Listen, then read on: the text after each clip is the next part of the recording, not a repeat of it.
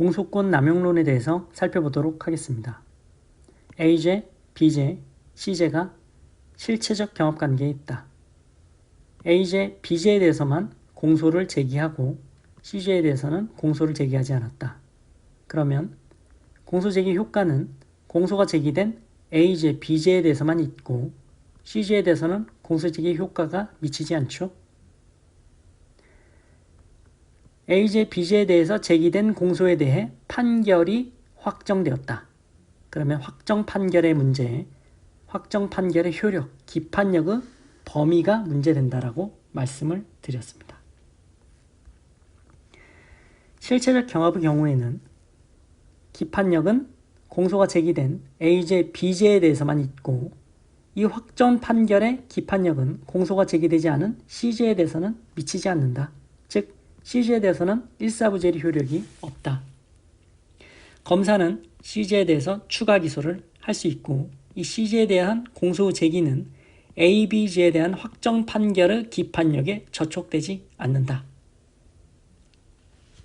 그럼 검토를 마칠 것이냐? 그게 아니고 검사가 일부러 피고인을 괴롭히기 위해서 누락 기소한 것이 아니냐, 즉 자의적으로 공소권을 남용한 것이 아니냐까지 판단을 하여야 한다라고 말씀을 드렸습니다. 공소권 남용론입니다. 동그라미 9번을 내려가서 보시죠.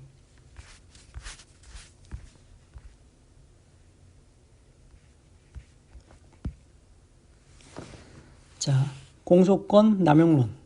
검사가 자의적으로 공소권을 행사하여 피고인에게 실질적 불이익을 줌으로써 소추 재량권을 현저히 일탈했다고 보인다면 공소권 남용으로 공소제기의 효력을 부인할 수 있다. 327조 2호 공소제기 효력을 부인한다라는 것은 327조 2호에 따라서 공소기각 판결을 할 수 있다라는 거죠. 갑 사건의 공소제기가 늦어진 이유가 피고인이 공소사실을 부인하여 검사가 증거 확보에 상당한 시간이 경과되었기 때문이다.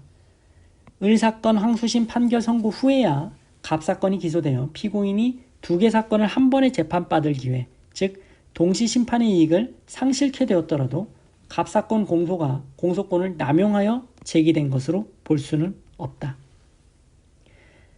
피고인이 공소사실을 부인해서 검사가 증거 확보에 시간이 걸렸기 때문에 늦어진 것이라는 거죠. 자의적으로 공소권을 행사한 게 아니다. 검사가 관련 사건 수사 시 이 사건 범죄 사실이 확인된 경우 이를 입건하여 관련 사건과 함께 기소함이 상당하기는 하지만 검사가 자의적으로 공소권을 행사, 즉 단순한 직무상 과실만으로는 부족하고 적어도 미필적으로나마 어떤 의도가 있어야 한다는 겁니다. 자의적으로 공소권을 행사하여 소추 재량권을 현저히 일탈한 위법이 있어 보이지 않으며 검사가 항소심 판결 선고 후에야 공소 제기한 것이 검사의 태만이나 위법한 부작위에 의한 것으로 인정되지 않는 바 피고인이 병합재판을 받지 못했다는 점에만 주목하여 이 사건 공소 제기가 공소권 남용이라 인정함은 기소 편의주의와 공소권 남용에 관한 법리를 오해한 위법이 있다.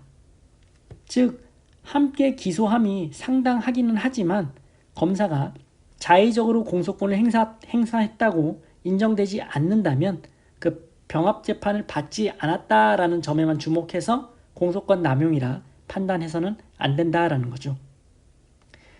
그래서 사안에서 검사에게 미필적으로나마 어떤 의도에 따라 또는 그 태만, 위법한 부작위에 의해 자의적으로 공소를 제기하여 피고인의 동시심판의 이익을 상실케 하였는지 검토를 해야 되고 만약에 그렇다면 327조 2호에 따라서 공소기각의 판결을 하여야 한다라는 것입니다. 공소권 남용이다. 자, 지금까지 공소권 남용론에 대해서 살펴보셨습니다. 고생하셨습니다.